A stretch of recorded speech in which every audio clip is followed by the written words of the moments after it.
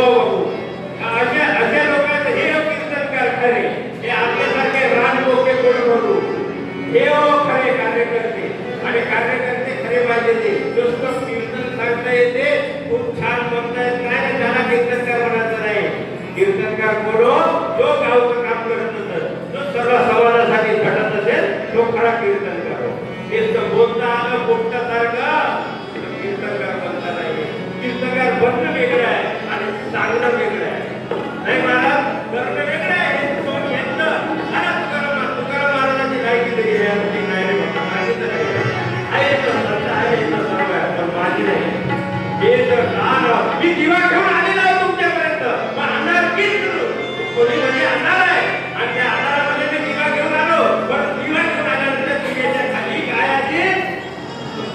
काय आहे दिव्याच्या खाली? अंधारच आहे. दिव्याच्या खाली अंधारच नाही. काही काही कीर्तनकार माझ्यासाठी बिचारे इमानदारी माझ्यासारखे झाले आणि त्याच्या मुलांनी त्याचा कीर्तनच बंद करून टाकलं. कारण त्याचं फक्त दारू पिऊन गावात निघते.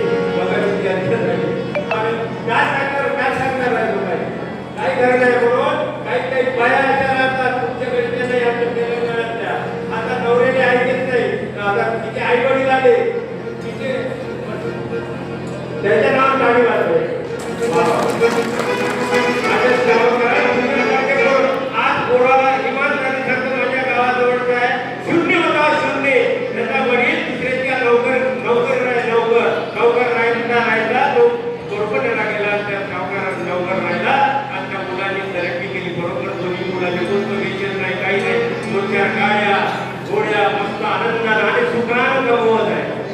इमानदारी असे निघाले. तुझं तर काय वाटत आई वडिलांनी नाही तर नुसतं काही नाही. आई माझी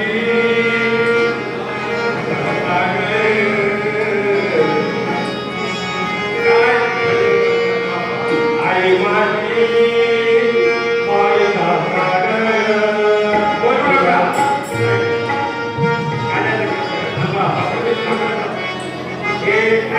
मी बोललेच नाही काही बाकी कारण ते लावून दिले बाकी ते आता आणि काय म्हणतात आई माझी मायेचा सागर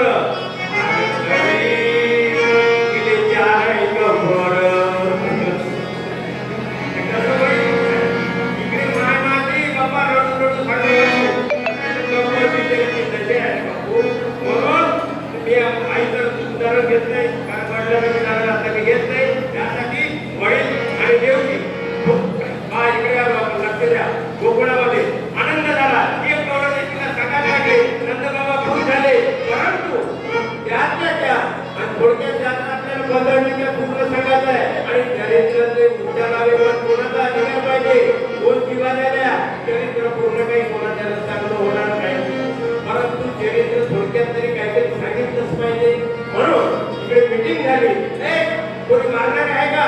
अरे एवढंसं पहाड याला मारायला काय आहे इकडे मीटिंग झाली आणि भूतकाळ अक्षय विडा घेतला. पहिला वेळा अहो कोणी जातो बरे नाही एवढ्या कोणाने मारायचं काय बरे विडा घेतला आणि गेली. किती 6 दिवसाचं वाट रडत होतं आणि त्या बाटल्यामध्ये गेल्याबरोबर ते फसून गेले. यशोदा काय काय तू मुलगा झाला तर सांगितलं नाही काय यशोदा होता ते तिला पाहिजे काय नाटक लावलं बरं गावठी द्यावं ते पाठ उडायचं नाही. आता झोपवलं उठवलं फक्त पाडण्याचं म्हणतात. माझं पहिलं भूमीचं गिऱ्हाईक वापरत नाही. भूमीचं गिऱ्हाईक पहिले गिऱ्हाईक हे वापस केलं नाही पाहिजे म्हणून रडणं सुरू करून टाकलं. आणि दुसरा राक्षसी म्हणतात काय खोटं बोलताय का इथे ते रडत आहे पण मला चांगलं उभं ठेवता येते आणि सांभाळता येतात त्याला रडू नाही येत असं आणि दूध वाजवणं सुरू केलं. आणि त्या दुधामध्ये विष सुद्धा विषयी प्रार्थना डोळे लावले गणपतीच्या भक्तीमध्ये.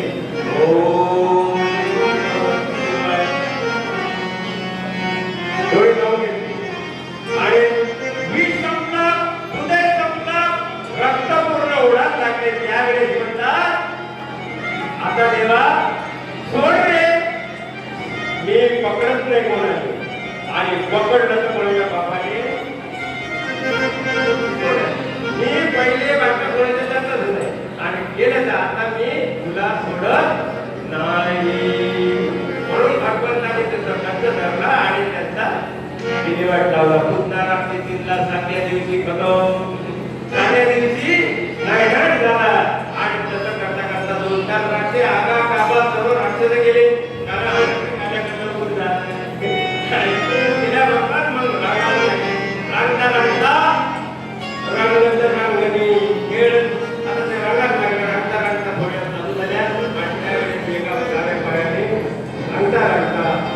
मोठा झाला त्याचे सोंगणे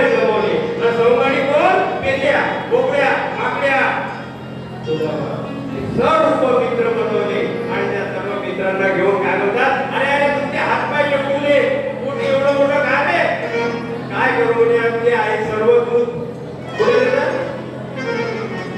कंसाकडे नाही मनुष्याकडे